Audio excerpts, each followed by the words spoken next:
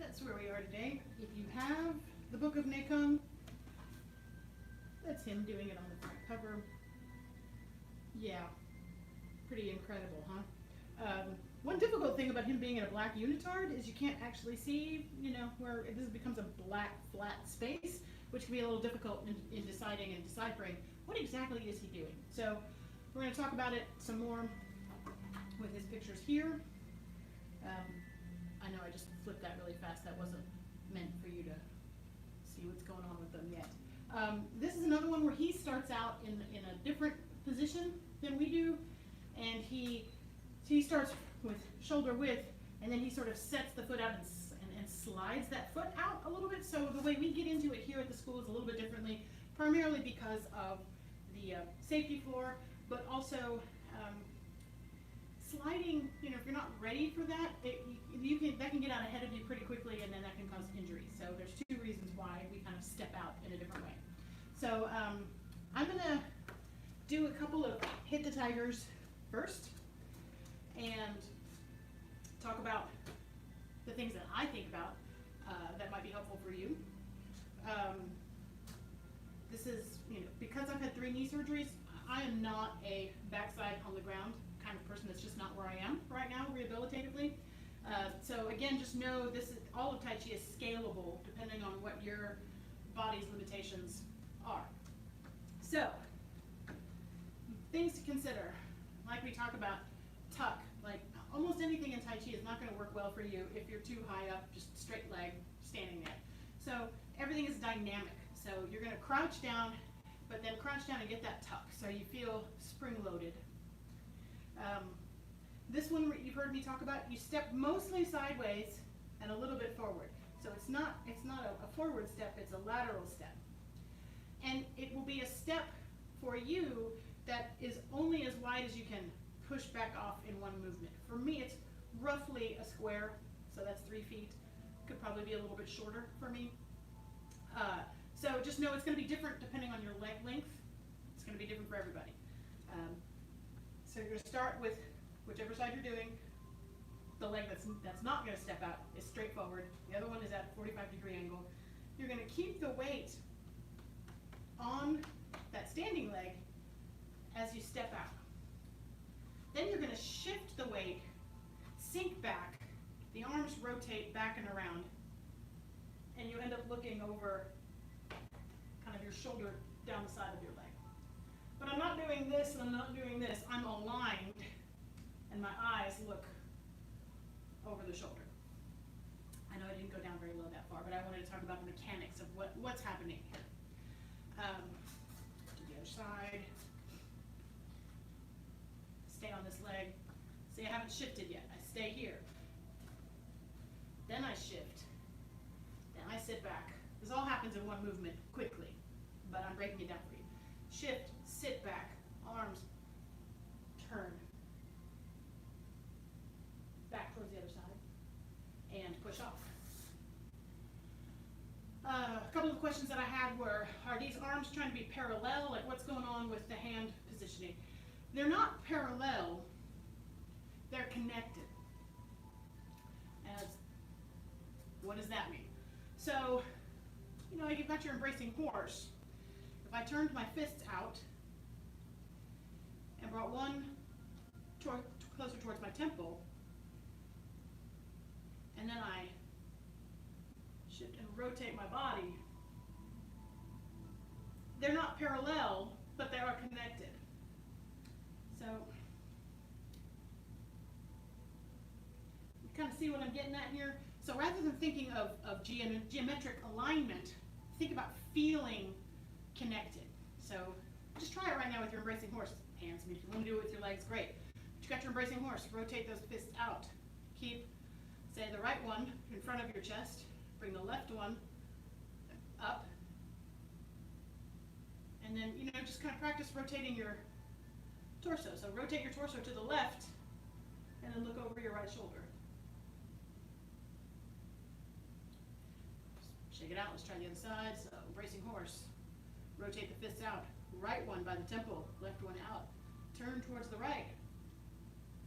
And then kind of look over the left. Hopefully that kind of gives you a sense of what connected feels like. So that should be happening with the arms. The other thing that I got asked was, where are you looking? So like I said, I'm rotated here, I'm sinking back. I'm keeping my, like if I were upright, still have my head suspended. My body has changed orientation, but my head suspended is still there. And I look down over the shoulder. You know, once you get stripes on your pants, you can kind of look down the stripes on your pants towards your foot. But again, it isn't, see, my head didn't get adjusted. So I still got my head suspended, and because my body is rotated,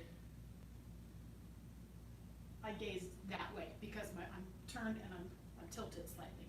I'm not here and doing this. That actually hurt my back.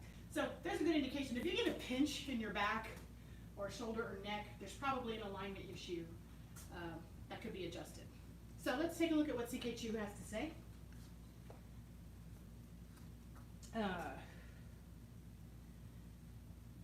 It's a lot of words here. I'm trying to find the greatest hits. So thing that he says that's really important is, you hear us talk about substantial and insubstantial in Tai Chi all the time. And the instinct would be, I'm here and I put my weight here as I step. He doesn't do that.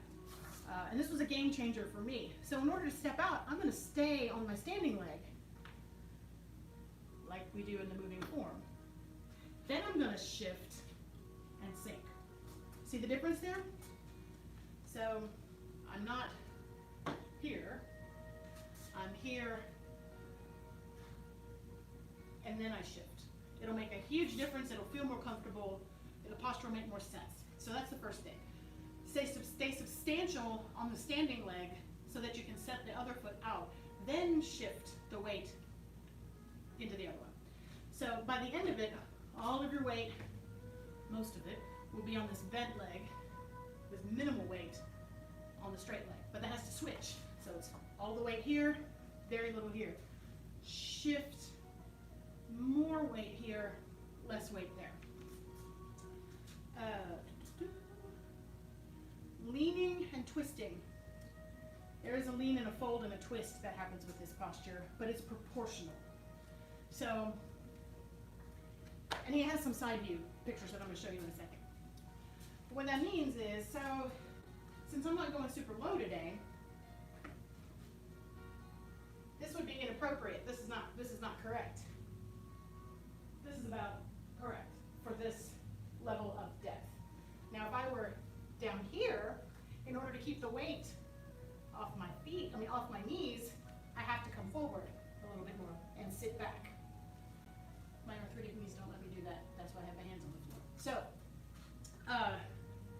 think about snake creeps down, right? We tell you it's not face creeps down, it's snake creeps down. It's the same principle. So, not correct. Correct. Make sense? Sitting back is another important component of this posture.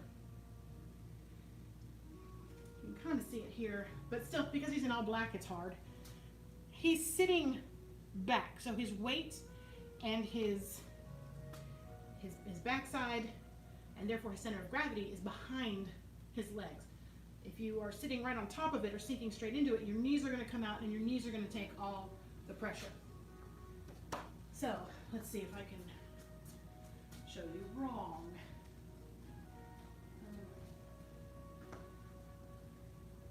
Yeah, wrong. So I'm not shifting back.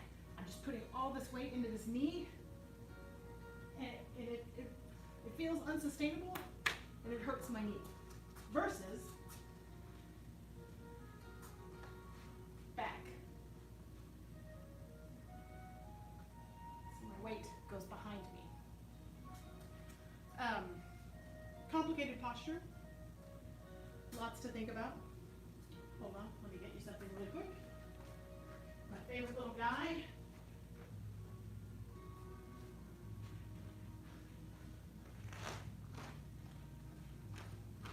Snake creeps down man, our little figurine.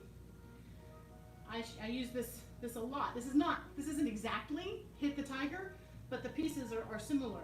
So you can see his knee is here, his seat is back here. He sits back. So he's sitting on, it's like a one-legged squat with your seat behind you, and this leg ultimately relaxed. Like this straight leg should not be straining or stretching. I mean stretching, but it's not like, all the work is happening here with gravity helping you here. So if you have trouble with Hit the Tiger or Snake Creeps Down, it's usually a flexibility issue, timing and flexibility more than an ability move. So it's best to practice it at a high stance, not trying to go low, with the pieces in place correctly, and then with time, practice, a little bit of patience, a lot of patience, eventually, provided there's no structural situations getting in the way of that, your ability to go lower and farther down will increase with time. So practice that on your own for a couple of minutes while I put my little friend back, and then we'll bow out.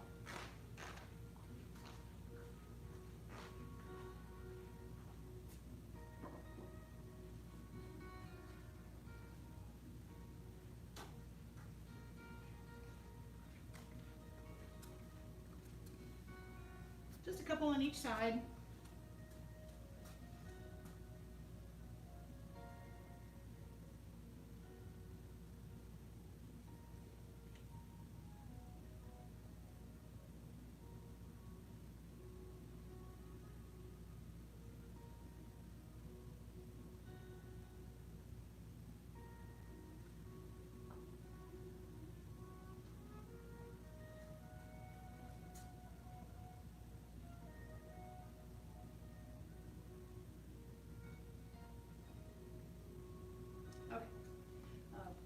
There is a breathing pattern with this one that I will just share with you. It's a lot to think about. So if it's too much, don't worry about it, just breathe normally and naturally. But basically the rhythm is, because this posture kind of goes out and then comes back. At a beginner pace, you just hold it for 2 or 3 seconds. Out, when you reach the end of the posture, and then you push back off. So it's an inhale and an exhale with your mouth closed. Inhale. And exhale. Once you get to more intermediate advanced levels, hold that for 8 to 12 seconds out at the end, and then push back off. But like I said, if the thinking about the breathing is too much, or it doesn't fit your need to kind of figure this posture out, just keep breathing. It's the most important part. All right. With that, we will bow out the Black Sash training.